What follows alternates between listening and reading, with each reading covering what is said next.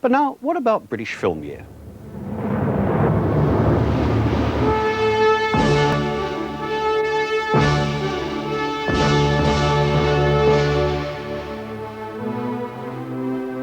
You'll be seeing this reminder that 1985 is indeed British Film Year when you go to the cinema over the next 12 months. The music, incidentally, was specially composed by Vangelis.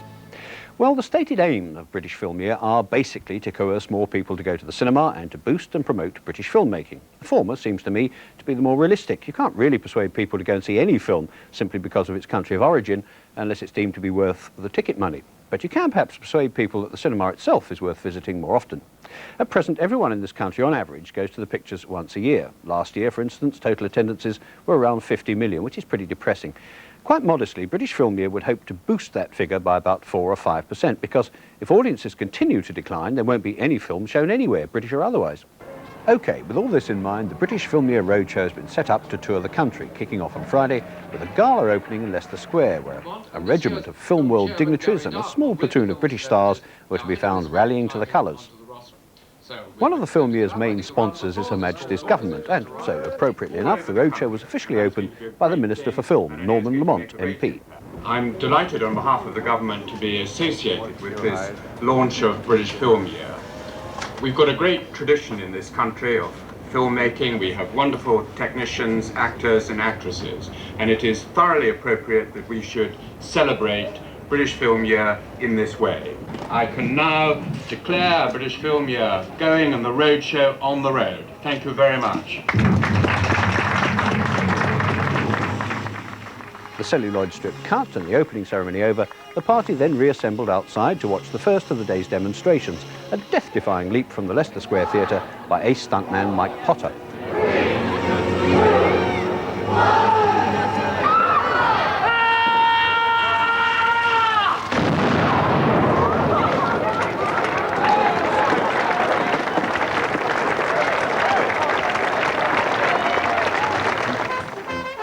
The roadshow was now well and truly open, and over the next 6 months it'll be calling in at 25 cities up and down the country, starting at Brighton tomorrow, and bringing with it special film screenings, some at half price, and a host of demonstrations, exhibitions and lectures aimed at promoting one of our biggest exports, the considerable range of British film know-how.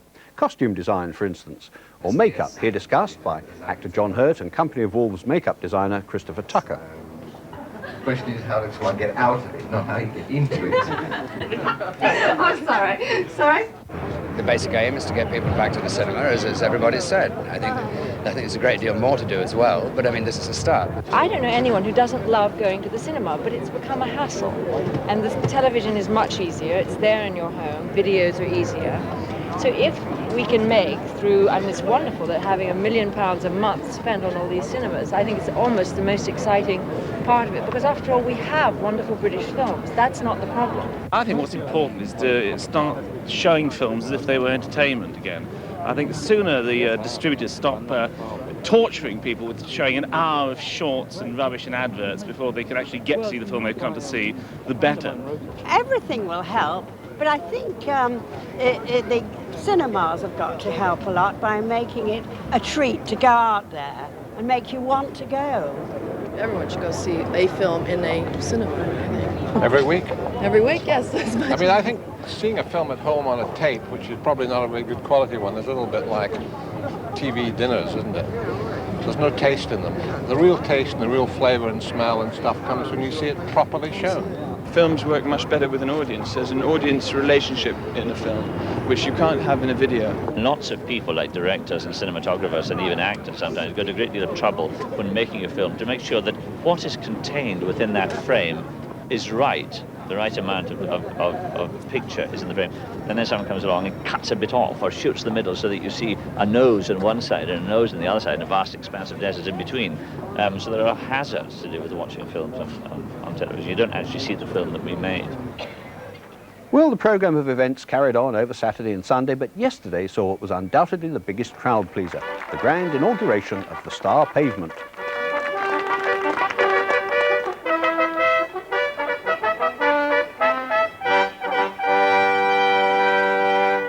Ladies and gentlemen, may I ask you to welcome our first 5 stars for the Star Pavement, Dame Anna Neagle, Sir John Mills, Mr. Omar Sharif, Mr. Alan Bates and Mr. Charlton Heston.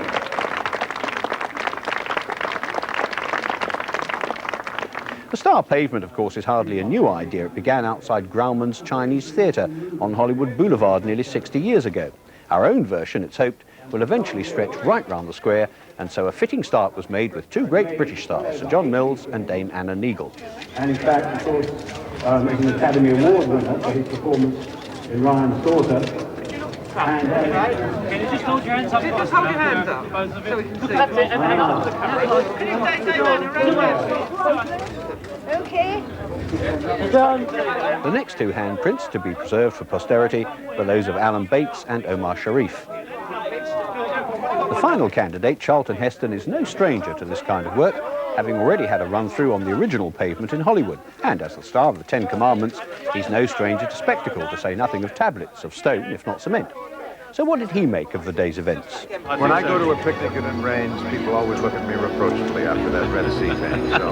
So when we get a nice day like this, I think I should get the credit. Some of it, only joking. In a minute, you're going to have to part the crowds, not the Red Sea. What did you make of all that, Alan?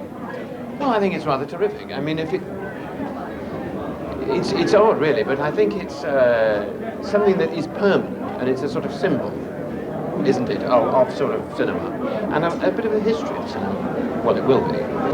50 years ago, I had a picture showing at the Old Empire across the road, and it was one of those magnificent films we made in 5 days.